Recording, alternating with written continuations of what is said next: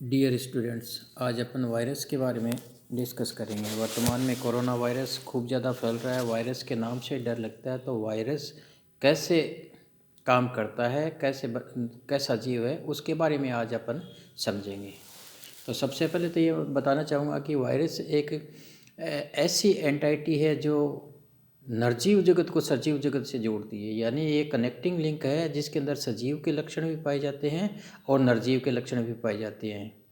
अगर हम इसके अंदर निर्जीव के लक्षण देखें, नॉन लिविंग कैरेक्टर देखें, तो देखते हैं नो इंडिपेंडेंट मेटाबॉलिज्म, यानी इसके स्वयं की कोई मेटाबॉलिज्म नहीं होती।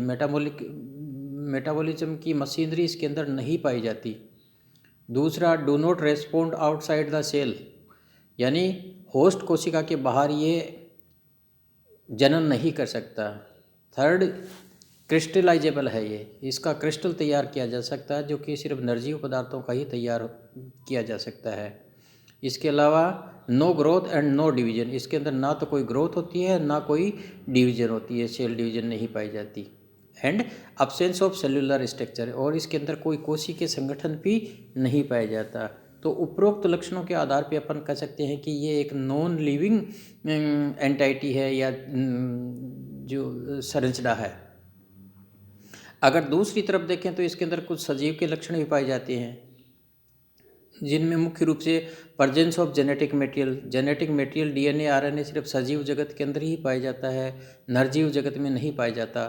प्रेजेंस ऑफ प्रोटीन भी सिर्फ सजीव जगत के अंदर ही पाई जाती है, निर्जीव जगत के अंदर नहीं पाई जाती।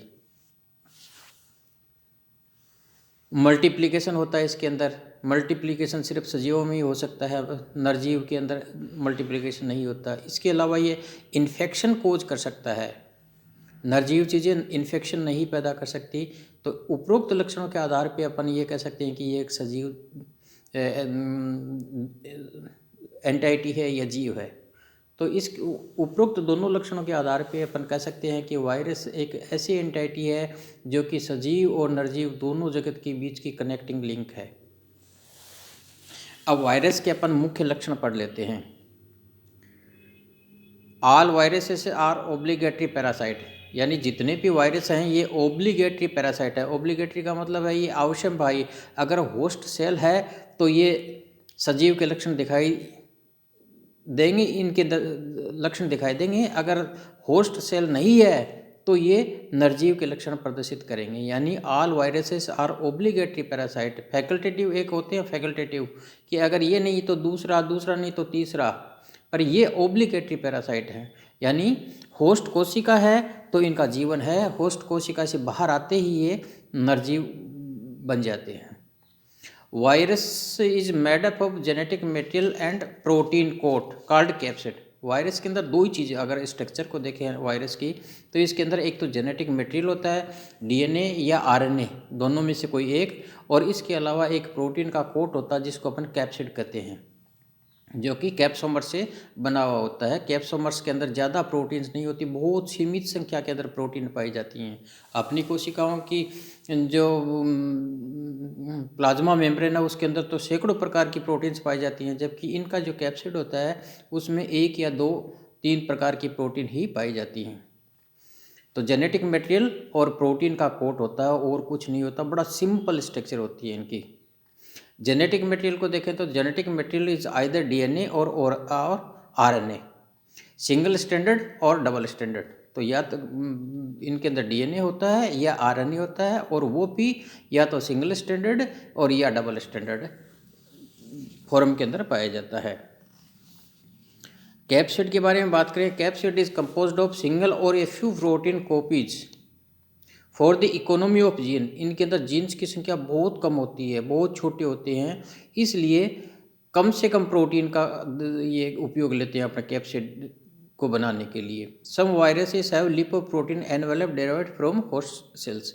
कुछ वायरसेस की सतह के ऊपर लिपोप्रोटीन का एक और आवरण पाया जाता है, जो कि होस्ट कोशिका ही से ही प्राप्त करता है, इन खुद के द्वारा नहीं तैयार होता, यानी इनके जीनोम के द्वारा तैयार नहीं होता।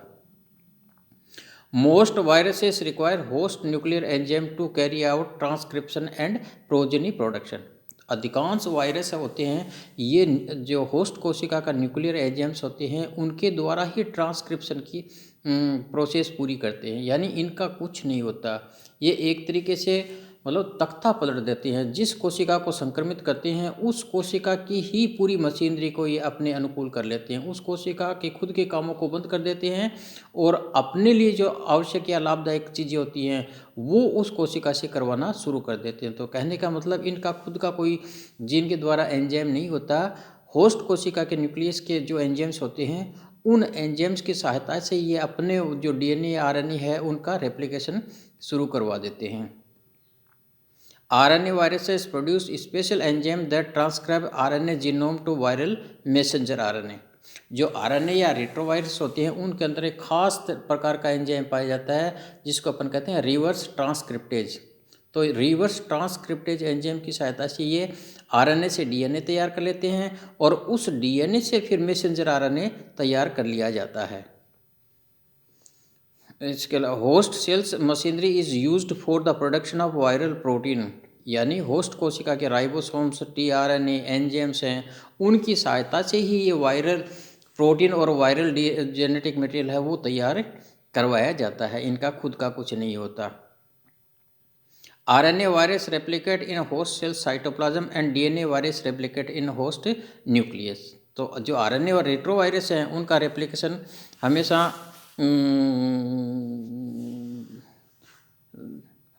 साइटोप्लाज्म में होगा और जो DNA वायरस हैं उनका रेप्लिकेशन हमेशा न्यूक्लियस के अंदर होता है। Simplest virus have 4 protein codes.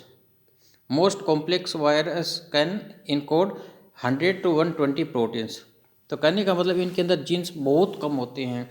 सबसे सिंपल जो वायरस है उसके अंदर 4 प्रकार की प्रोटीन ही बन सकती हैं, यानी 4 ही जीन एक्टिव रहते हैं, जबकि जो कॉम्प्लेक्स वायरस होते हैं उनमें 100 से 120 प्रकार की प्रोटीन को बनाने वाले कोड्स सक्रिय रहते हैं। Retrovirus have single standard RNA by reverse transcriptase enzyme they synthesize double standard DNA and that integrate in host genome. Example HIV virus. तो जो रेट्रोवायरस होते हैं अपन ने पहले ही बात की है उनके अंदर जेनेटिक मटेरियल RNA होता है। RNA से रिवर्स ट्रांसक्रिप्टेज एंजाइम की सहायता से ये DNA तैयार कर लेते हैं और ये DNA होस्ट कोशिका के जीनोम में प्रोवायरस के रूप में इंटीग्रेट कर दिया जाता है। उदाहरण के तौर पे अपने ह्यूमन इम्यूनोडेफिशिएंसी वायरस। नेक्स्ट अगर देखें अपन tumour viruses can which contain oncogenes may have RNA genome और ए DNA जीनोम। जो ट्यूमर वायरस होते हैं जो कैंसर पैदा करते हैं उनके अंदर ओंकोजीन्स पाए जाते हैं।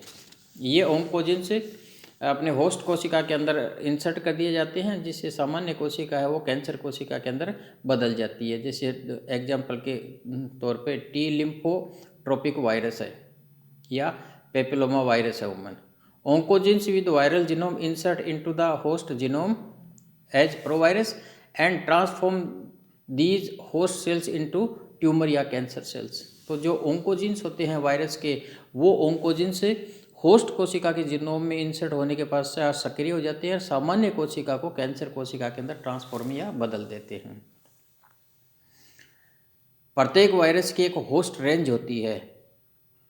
Most of virus have specific host range, यानी जिन कोशिकाओं की सतह पे इनके रिसेप्टर्स होते हैं उन्हीं कोशिकाओं को ये संक्रमित कर सकते हैं, दूसरी कोशिकाओं में ये पेनेट्रेट नहीं कर सकते हैं, नहीं उनको इन्फेक्ट कर सकते हैं। जैसे बैक्टीरियोफेज है सिर्फ बैक्टीरियल कोशिका, खास बैक्टीरिया है जिसकी सतह पे डॉकिंग प्रोटीन्स जो होती हैं, जैसे अपन सामान्य शब्दों के अंदर समझे जैसे हेलीकॉप्टर हेलीपैड पे ही उतर सकता है, उसी प्रकार खास वायरस खास कोशिका की सतह पे अगर वह प्रोटीन है तो उससे चिपक कर अंदर एंट्री कर सकता है, अदरवाइज नहीं कर सकता। तो बैक्टीरियोफेज सिर्फ बैक्टीरिया को ही संक्रमित कर सकता है, यूकैरियोटिक कोशिकाओं को संक्रमित नहीं कर सकता।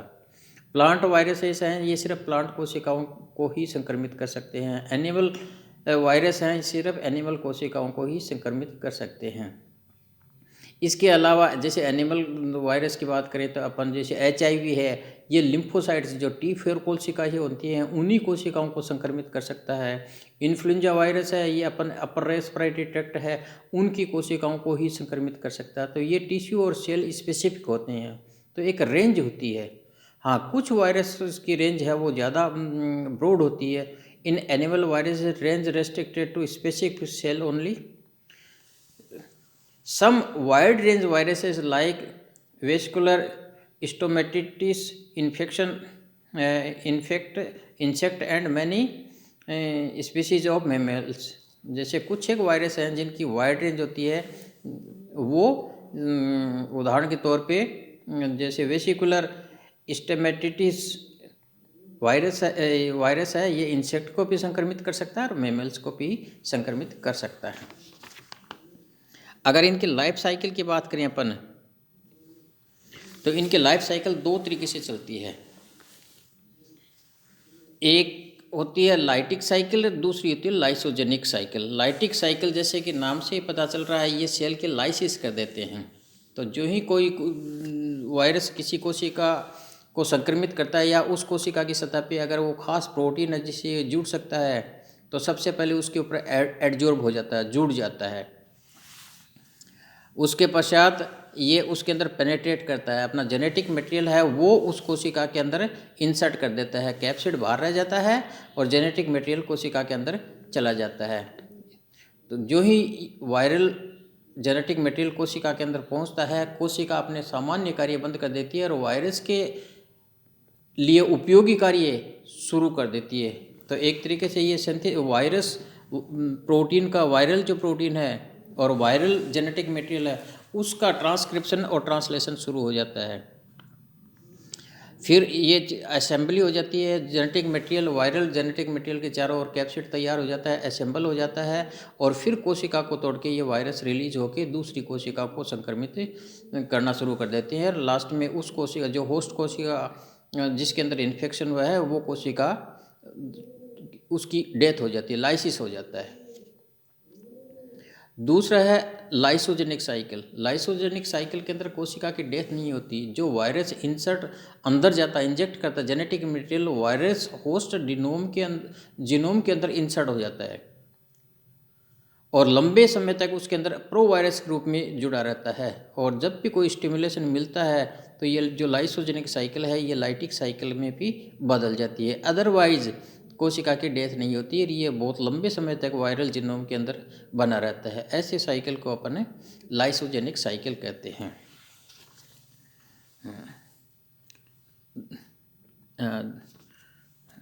ये डायग्राम दे रखा है, इसके अंदर बिल्कुल साफ है, एक लाइटिक साइकिल है और एक लाइसोजेनिक साइकिल है। डिस्कवरी को अगर देखें अपन, तो डिस्कवरी में सबसे पहले इवानोवस्की ने 1892 में वायरस की खोज की थी। स्टेनले ने सबसे पहले इसको क्रिस्टल फॉर्म में बदला था और इन्फेक्शन के बारे में हसले और चेज ने सबसे पहले बताया था कि ये इन्फेक्शन कोज कर सकता है।